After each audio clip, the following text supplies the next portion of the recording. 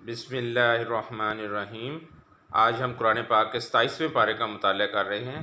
اس میں سورہ ذاریات کا بقیہ حصہ ہے جس میں فرعون اور اس کے اہلکاروں کے دریا میں ڈبوئے جانے کا واقعہ ہے، قوم عاد کے ہوا کی نظر کیے جانے کا واقعہ ہے، اور قوم سمود اور قوم نوح کے عذابوں میں گرفتار کیے جانے کا بیان ہے۔ پھر سورہ طور، اس کے مضامین میں قیامت کا بیان ہے، جنتی جنت میں کس طرح گھومے پھریں گے اور ان کا اعتراف کیسا ہوگا، اس کا تذکرہ ہے۔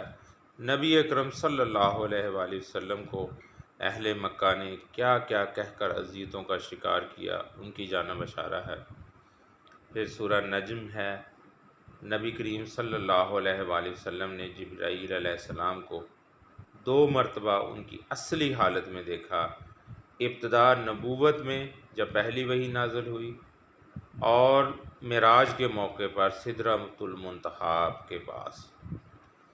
انسان کی کوشش رائے گاہ نہیں جاتی، شرط یہ ہے کہ وہ اپنی کوشش میں مخلص ہو۔ پھر سورہ قمر ہے۔ اس کے مضامین میں چاند کے 2 ٹکڑے ہونے کا جو کہ آپ صلی اللہ علیہ وسلم کی نبوت کی نشانی اور کھلا معجزہ تھا۔ پورا قرآن مجید انسانوں کے لیے نصیحت ہے، اس لیے اسے بہت آسان بنا دیا گیا ہے تاکہ ہر شخص سمجھ کر اس اپنی زندگی پر نافذ کر سکے۔ مختلف قوموں کے دنیا میں عذاب میں مبتلا ہونے اور آخرت کے دن پریشانی میں گرنے کا بیان ہے۔ پھر سورہ رحمان، قیامت کے دن حساب و کتاب کے لیے ترازو قائم کیا جائے گا۔ اللہ نے انسانوں کو دنیا میں بے شمار نعمتیں دی ہیں اور اچھے لوگوں کو آخرت میں مختلف نعمتوں سے نوازے گا۔ اس کا تذکرہ کر کے بار بار یہ سوال کیا ہے کہ اے انسانوں اور جنوں، تم سب رب کی کن کن نشانیوں کا انکار کرو گے۔ پھر اس کے بعد سورہ واقعہ ہے کہ قیامت کس طرح واقعہ ہوگی، اور اس کی ہلکی سی جھلک بتائی گئی ہے کہ قیامت کے روز لوگ 3 گروپس میں تقسیم ہو جائیں گے۔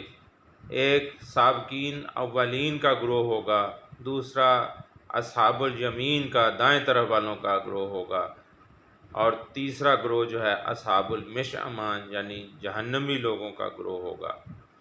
دائیں طرف والے جنت میں جائیں گے، بائیں طرف والے جو ہیں وہ جہنم میں جائیں گے، اور جو نیکیوں میں سبقت لے جانے والے ہیں ان کے بہت درجات ہیں، بہت بلند درجات ہیں، بہت سی ان کے لیے جو ہے وہ عالیشان جو ہے محلات ہیں۔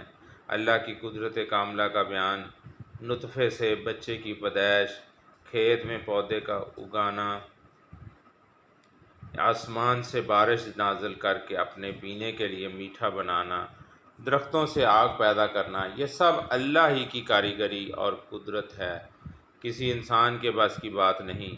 پھر اس کے بعد سورہ حدید کی بعض مضامین ہیں، اللہ کی وحدانیت کا بیان ہے، اور فتح مکہ سے پہلے غزوہ تبوک پر جانے کے لیے خرچ کرنے والوں اور اللہ کے راستے میں جہاد کرنے والوں کی فضیلت کا بیان ہے۔ قیامت کے دن مومنوں کو ایک نور دیا جائے گا جس کی روشنی میں وہ چل رہے ہوں گے، اور منافقین اس نور سے محروم ہوں گے۔ چونکہ سورہ حدید کا معنی لوہا ہے، لوہے کے فوائد بیان کیے گئے ہیں، اس سے ہتھیار بناتے ہیں اور دوسرے منافع حاصل کرتے ہیں، جیسے گھر بنانا، گاڑی بنانا، پل وغیرہ۔ اللہ تعالیٰ سے دعا ہے کہ اللہ تعالیٰ ہمیں قرآن پاک کو سمجھنے اور اس پر عمل کرنے کی توفیق عطا فرمائے۔ وما علینا الا البلاغ المبین۔